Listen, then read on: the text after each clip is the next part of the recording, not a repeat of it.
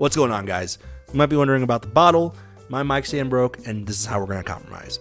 But that's not what's important today, because today we're going to talk about Proteus. So originally, I was going to do a video on Banshee. That's taking a little bit longer than I thought. That's coming out real soon, but in the meantime, let's get started.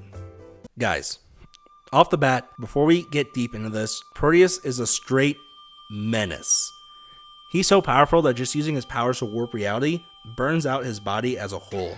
So he just keeps body snatching until he's done with what he wants to do. And I mean, the man literally stole his dad's body and enjoyed it. But to be fair, the man kind of deserved it. I'm not gonna lie.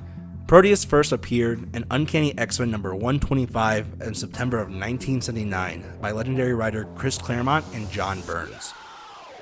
Proteus is the son of Moira McTaggart, and he is known as one of the strongest and deadliest mutants out there, with his powers to bend reality as he wishes, which in turn makes him uncontrollably crave energy no matter what the cost is.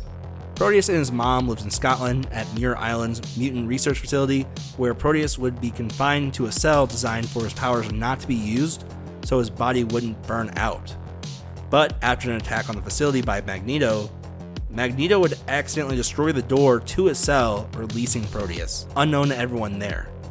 But Proteus would sit and wait until after the fight, and he would end up stealing the body and memories of a sailor who came by to the lab in hopes of blowing the place up. From here, Proteus would start his mission on getting revenge on his father. Proteus would switch from body to body until eventually stealing his father's body and learning the truth that he was a product of forced relations, if you get my drift. Now, watching the fight between him and the X-Men was insane, and honestly, it felt like watching Doctor Strange for the first time, as everything would swirl and distort around the X-Men, as it felt like they were just fighting an unstoppable being, like literally just fighting a god.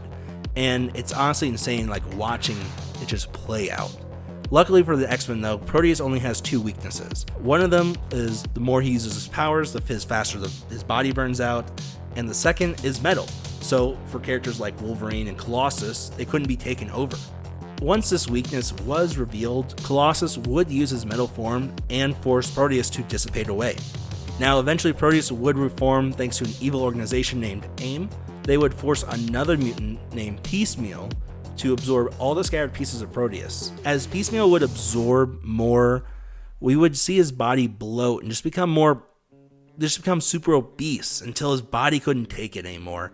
And Proteus would just break through, but with the sudden emergence of energy that would get released, him and Piecemeal would actually merge together, making themselves even more crazy powerful, to the point where like the team up between the X Factor, the New Warriors, and the New Mutants meant literally nothing to him.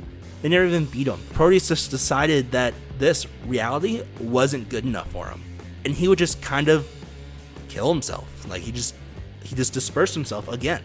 From here in the comics, we would see Proteus a few more times as a villain for a few issues, and every time it just felt like he grew stronger, even learning how to possess multiple people at the same time.